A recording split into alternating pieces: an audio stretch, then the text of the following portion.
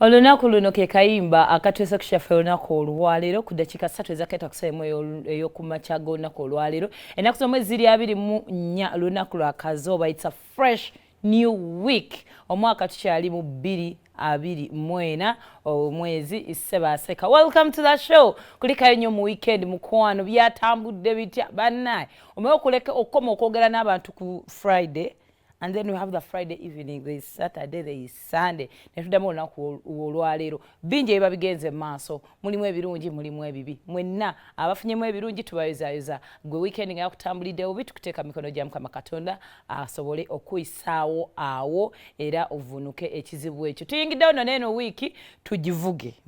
Buli omu atapingemu energy ya munne. Bw'oba owulira nze akuzzaamu amaanyi osobole okugenda okukola. Please tap into my energy. It is okay. Nange ninayo walala w'emplugging nange funawo amasanyalaze. Tabula ebatuteekamu ssente batunda ttaka osobola oyitayo bwebanga ebirooto ebyetuukiriza 2024 okugulayo kapoloti oba okutandika genda bannaffe abatabule namba yaabwe beerako bakubira ne bakuwa information. Tulina Buganda Kombucha kyo kyakunywa. It is next kweri edduuka erikuli okumpi naye lwaggulo ng'omaze okukakkalabya emirimu gyo oba ng'oliawo ne banno muwayawaya muteeseza eggwanga lino oli wa ddembe okunywamu. Be bateekamu ssente era nga bagenda tuvuga paka ssaawa 3 tuyingako tutandike. Good morning.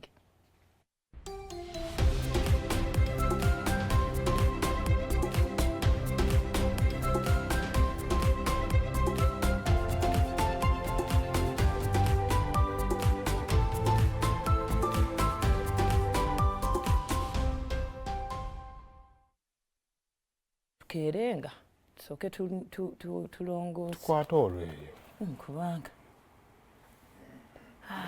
tuyinza osanga olweyo ate ng'ayomba lwaki wakyogedde. hayi mune tukole ki olemwa mugamba mutya ye nno mmwe ffe tuba tukyali ku byaffe kansubi muli bulungi. Mukulikeyo mu weekend abagiyiseemu twebaza Mukama Katonda be yayiseemu tutandikiraawo waliwo abagiyitamu ne beeyitamu nga kati oli ku buliri bw'oti ofulumizza ekigere kati oli musa Katonda ofulumye ekyokubiri otangadde tomanyi na kiddako kibi ky'omwenge omugulire. Omwenge omugulire tekerefuga omwenge omugulire kasiteweera eccupa ey'okubiri bweki weekubira essimu magalo. Speaking of omwenge mbadde ku bitaala b'e Makinde bannaye omwana akulidde mu Makinde abaana mu Makinde tulina ennaku kati bambi waliwo ono oba he looked like a young father. Abaana bali basatu atambula n'obwana bwe abutwala ku ssomero. Omutamiivu abeerippyeko yefula obuvunanyizibwa omanyi babeera obuvunanyizibwa alina nno ne balance wano mu ccupa. Omulabire ddala ayogera ayagala kukwata kaana akamu kati jjukira omusajja akutteko bubiri mu ngalo akajja akagoberera akakutte ku mukono yefula muno byabayamba kusala kkubo atazaani ne kakwatako nno konna katya n'okutya kamutunuulira kati oba akagamba bigambo ki ne bakurosinga bulungi nnyo ebitala n'abalemerako n'abasaze ekkubo n'amala n'adda n'agenda n'akasemba bannaye byonna tubikone mwana w'obula tonyuma kera kumaja kukulaba nga weesobedde kinyumira nnyo abasajja kale tekibanyumira naye bo tekiswaza basajja kibanyumira era kibemega mutu era tusobola muyita nti mutamiivu kale ekiga mutamiivu tekimira mwana muwala tonyuma nakidde tonyuma ne bukeera nga gwe okyali confused.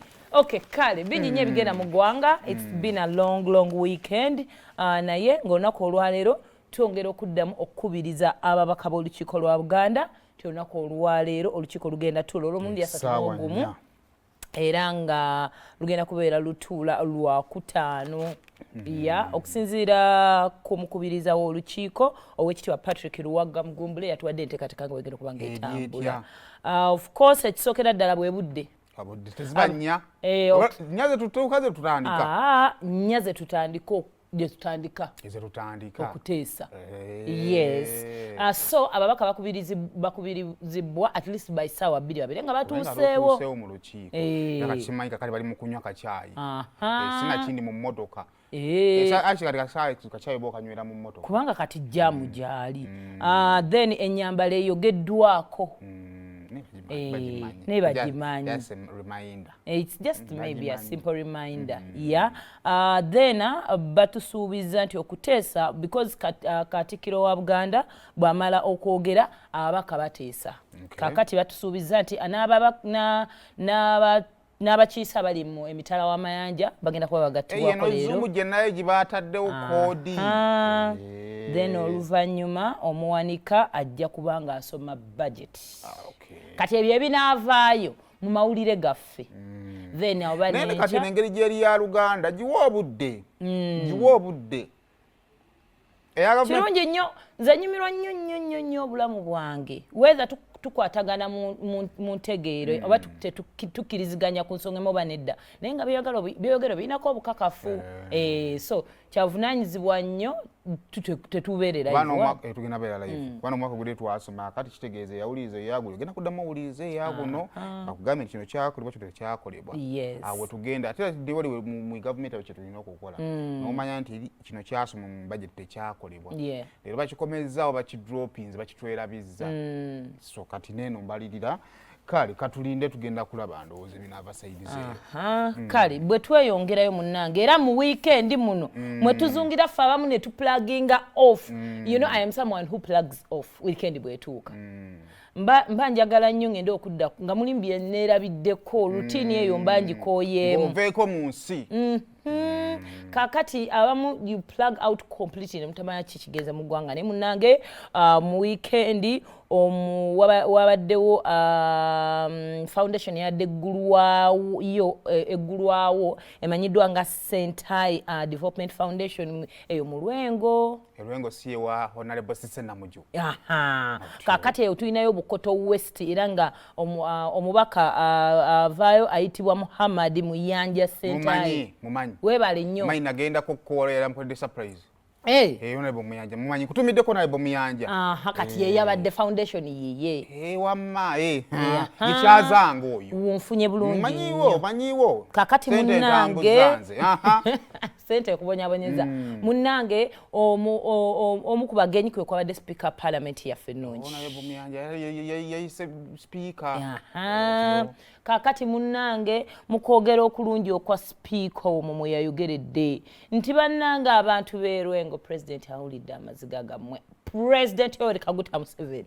yamukootinze bulungi emiranga gyammwe agiwulidde n'amaziga gammwe agawulidde era agenda gabasangula ku maziga ku nsonga gye ngenda gireeta nti n'agamba bannange kambabulyeko abantu beerwengo president yagambye bw'ati omwana owo bw'aba alina omusango gwakoze gy'alina kyakoze omusabulamuko ku bisapatu awo olina okukuba omwana n'omusabulamu n'omugamba jje kino tukiddiranga ekizibu ky'olina ffe kati muzadde wakolanga ensobi nga bamubanja lwe nti nakuba olina olowooza si yakuzaala ali n'akuyita n'akunyiga n'agamba naye ate omala omukuba ng'omugamba kati ddayo okola ekyoteekedde okukola lwakuba munanga abantu bakkiriza zadde bakubamu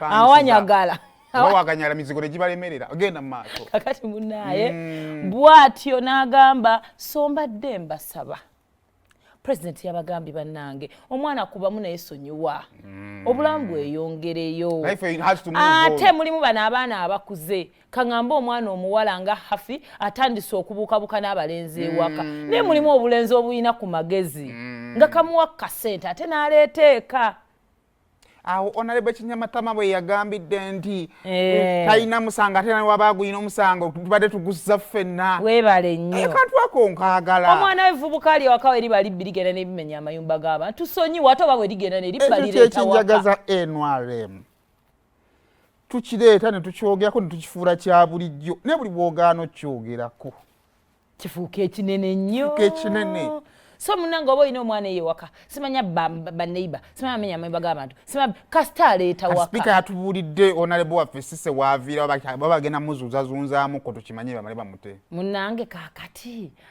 omugambo ne gutandika tiwamba kyekino ekifaananyi kye twalaba ku social media ekyalimu Sipiika ne Sijje ne President Museveni omufumbi w'eggwanga lino akati ge masiga okutudde eggwanga weebale nnyo executive legislature ne judiciary abantu bagamba oba babyogerako ne bagamba ne tusonyiwe omwana omuleka lwaki twefuula abagumu ennyo tuwone kali akantu kali nti waba bazitutte ne bazitaziteeka bweru waggwanga ne bazikulaakulanya ne batulaga apartment za Honorable era abantu beerengo ne babagamba omwana wammwe oyo yabadde Honorable Kinyamatama tazza wano tazza abantu beerengo ne bagamba batya tebannaba kuddamu oba alyana kasita akomyawo nawe oba ofunye baako wooziteeka kale ekizimbe kyo tukituume katulaba ani yali vice president yakolya mu biseera by'ebiddiba baamuwa ssente z'ebiddiba mbu nze naye nkyalina mutasobola nakuntuuza mu bigambo binene bwe bityo sente n'azizimba mu gundi hositero era nga bagiyita hositero y'ebiddiba bagituma hositero y'ebiddiba awo wootyo ng'ova iwala pakati simanyi kulagirira kweri makerere gate eyo ndoza ye main gate eyo hasi ye main ene yeno wansi mu kikoni awo ku hositero buli kalayini awo akasingako obukadde bakatira soko ebiddiba munnange abaana Daily Monitor bagamba katubuze ku sijjo sanga anatuuya nti wamawuli tutula mwateesa kuki mwateesa musonyi w'abantu munagamba emisango giri mu kooti bali baweere n'emba byabwe ffe twali ku bintu birala nnyo ne balina n'eddembe ly'okweyimirirwa era olunaku lweo bajja mu gundi ate eddembe lyabwe nno kale naye wakala akavidiyo ka Honorable Senamjo nasekera mu kikonde munnange kino nno kyatanudde abantu abamu okwogerako ku kyagenze South Africa Post yatuusi yamusanzeeyo yamusanzeyo internet kweri yasharinza ka video ka Sipiika nga annyonnyola ebigambo ebyo omwe yagambidde in this video Anita Among is basically suggesting that the MPs are indeed guilty of the crimes they are accused of and that they are always justified to steal public funds if they invest their loot here in Uganda. Singa bateeka wano. More English is also suggesting that Dictator Museveni will reign in the judiciary to let the MPs off the hook. Kitalo nnyo. Kakati kituzayi walijukira President Museveni twali mu kusoma budget yagamba agenda kukwata ku mulimbuli wa nguzi. Tagenda kusosola. Kati ate tuba tulina ebino nti kituufu tubonerereza abaana kyavudde bagiyita Game of Thrones kyovula nti nibo baatwawuliramu ababbi waliwo ababbi by mistake bambi kati tumanyi Honorable Sister is she a mubbi by mistake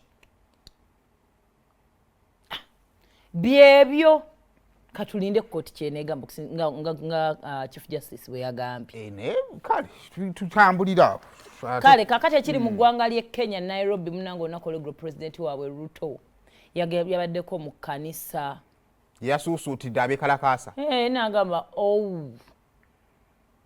bambi abavubuka b'e Kenya balaze obutali bumati talabangako ku bavubuka bavumu nga bavubuka be era n'abawaana era n'agamba bane tugenda kwogera talina byeyayogeddekaawo talina nsolo gyeyabafaananyiza talina nsolo gyeyagambye nti gyemukutte simanya sayidi yaayo yagambye he's actually very happy nti bali ekigenda mu ggwanga bakiraba mu mitambuliza y'emirimu gy'eggwanga tebali eyo just kukubwa busada they are part of their government